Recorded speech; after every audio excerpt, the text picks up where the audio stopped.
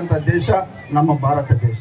ಇವತ್ತು ನಮ್ಮ ದೇಶವನ್ನ ಇಡೀ ಜಗತ್ತು ಹಿಂತಿರುಗಿ ನೋಡ್ತಕ್ಕಂಥ ಒಂದು ಸನ್ನಿವೇಶ ಇವತ್ತು ನಮ್ಮ ಭಾರತ ದೇಶದ ಒಂದು ಹೆಮ್ಮೆ ಅಂತ ನಾನು ಇವತ್ತು ಈ ಸಂದರ್ಭದಲ್ಲಿ ಹೇಳಕ್ ಬಯಸ್ತೀನಿ.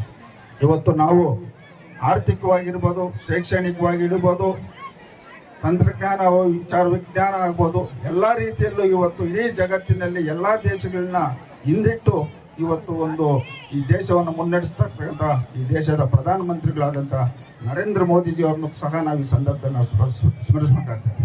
ಇವತ್ತು ಬಾಬಾ ಸಾಹೇಬ್ ಅಂಬೇಡ್ಕರ್ ಅವರು ಸಂವಿಧಾನ, ಇವತ್ತು ಅವರ ಒಂದು ಆಲೋಚನೆ ಪ್ರತಿಯೊಬ್ಬರಿಗೂ ಸಮಾನತೆಯನ್ನು ಸಿಕ್ಕಬೇಕು ಅಂತ ಅವ್ರು ಏನು ಸಂವಿಧಾನ ಪಡೆದ್ರು ಅದಕ್ಕೆ ಅನುಗುಣವಾಗಿ ಇವತ್ತು ನಮ್ಮ ಭಾರತ ದೇಶದ ಮೊದಲನೇ ಪ್ರಜೆ ಇವತ್ತು ರಾಷ್ಟ್ರಪತಿಗಳು ಮುರ್ಮಾ ಮೇಡಮ್ನವರು ಒಂದು ಬುಡಕಟ್ಟು ಸಮುದಾಯದ ಒಬ್ಬ ಮಹಿಳೆ ಈ ದೇಶದ ಇವತ್ತು ರಾಷ್ಟ್ರಪತಿ ಆಗಿರ್ತಕ್ಕಂಥದ್ದು ಈ ದೇಶದ ಒಂದು ಹೆಮ್ಮೆ ಅಂತ ನಾನು ಈ ಸಂದರ್ಭದಲ್ಲಿ ಹೇಳ್ತಾ, ಇವತ್ತು ಮಹಿಳೆಯರಿಗೂ ಸಹ ಇವತ್ತು ಈ ದೇಶದಲ್ಲಿ ನಮ್ಮ ರಾಜ್ಯದಲ್ಲಿ ಇವತ್ತು ಎಲ್ಲ ರಂಗದಲ್ಲಿ ಇವತ್ತು IAS ಇರ್ಬೋದು, KAS ಇರ್ಬೋದು, ಇವೆಲ್ಲ ಇವತ್ತು ಮಹಿಳೆಯರಿಗೂ ಸಿಗ್ಬೇಕಾದ್ರೆ ನಾವು ಸಂವಿಧಾನ ಅಡಿಯಲ್ಲಿ ಅಂತ ನಾನು ಈ ಸಂದರ್ಭದಲ್ಲಿ ಹೇಳ್ತಾ, ಇವತ್ತು ನಾನು ಸಹ ಈ ಶಿಡ್ಲಘಟ್ಟ ವಿಧಾನಸಭಾ ಕ್ಷೇತ್ರದಲ್ಲಿ ಒಬ್ಬ ಸಾಧಾರಣ ವ್ಯಕ್ತಿ ಶಾಸಕನಾಗಬೇಕಾದ್ರೆ ಇದಕ್ಕೆ ಕಾರಣ ಡಾಕ್ಟರ್ ಬಾಬಾ ಸಾಹೇಬ್ ಅಂಬೇಡ್ಕರ್ ಅವರು ಬರೆದಿರ್ತಕ್ಕಂಥ ಒಂದು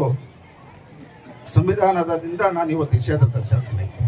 ಇವತ್ತು ನಮ್ಮ ಒಂದು ಜವಾಬ್ದಾರಿ, ಇವತ್ತು ಒಬ್ಬ ಜನಪ್ರತಿನಿಧಿ ಆದಂಥ ಜವಾಬ್ದಾರಿ ಏನಿವತ್ತು ಸರ್ಕಾರದಿಂದ ಬರ್ತಕ್ಕಂಥ ಸವಲತ್ತುಗಳು, ಸರ್ಕಾರದಿಂದ ಬರ್ತಕ್ಕಂಥ ಯೋಜನೆಗಳು, ಸರ್ಕಾರದಿಂದ ಬರ್ತಕ್ಕಂಥ ಪ್ರತಿಯೊಂದನ್ನು ಎಲ್ಲರೂ ಪ್ರಾಮಾಣಿಕತೆಯಿಂದ ಕೆಲಸ ಮಾಡಿದಾಗ ಅದು ಪ್ರತಿಯೊಬ್ಬರಿಗೂ ಫಲಾನುಭವಿಗಳಿಗೆ ತಲುಪಿಸ್ತಕ್ಕಂಥ ಸಂದರ್ಭ ನಾವೆಲ್ಲರೂ ಮಾಡಿದಾಗ ಈ ದೇಶ ಇನ್ನೂ ಉನ್ನತ ಸ್ಥಾನಕ್ಕೆ ಹೋಗ್ತೈತೆ ಅಂತ ನಾನು ಈ ಸಂದರ್ಭದಲ್ಲಿ ಹೇಳ್ತಾ, ಇವತ್ತು ಏನು ನಮ್ಮ ಶಿಡ್ಲಘಟ್ಟ ಕ್ಷೇತ್ರದಲ್ಲಿ ಇವತ್ತು ಎಲ್ಲ ಅಧಿಕಾರಿಗಳು, ಎಲ್ಲ ಇಲಾಖೆ ಅಧಿಕಾರಿಗಳು ಒಂದು ಸಹಕಾರದಿಂದ ಮತ್ತು ವಿಶೇಷವಾಗಿ ನಮ್ಮ ಪೊಲೀಸ್ ಇಲಾಖೆ ಎಲ್ಲಾ ವಿದ್ಯಾರ್ಥಿಗಳಿಗೆ ಸ್ವಾತಂತ್ರ್ಯ ದಿನಾಚರಣೆ ಒಂದು ಮಾತು ಹೇಳಕ್ ಇಷ್ಟಪಡ್ತೀನಿ.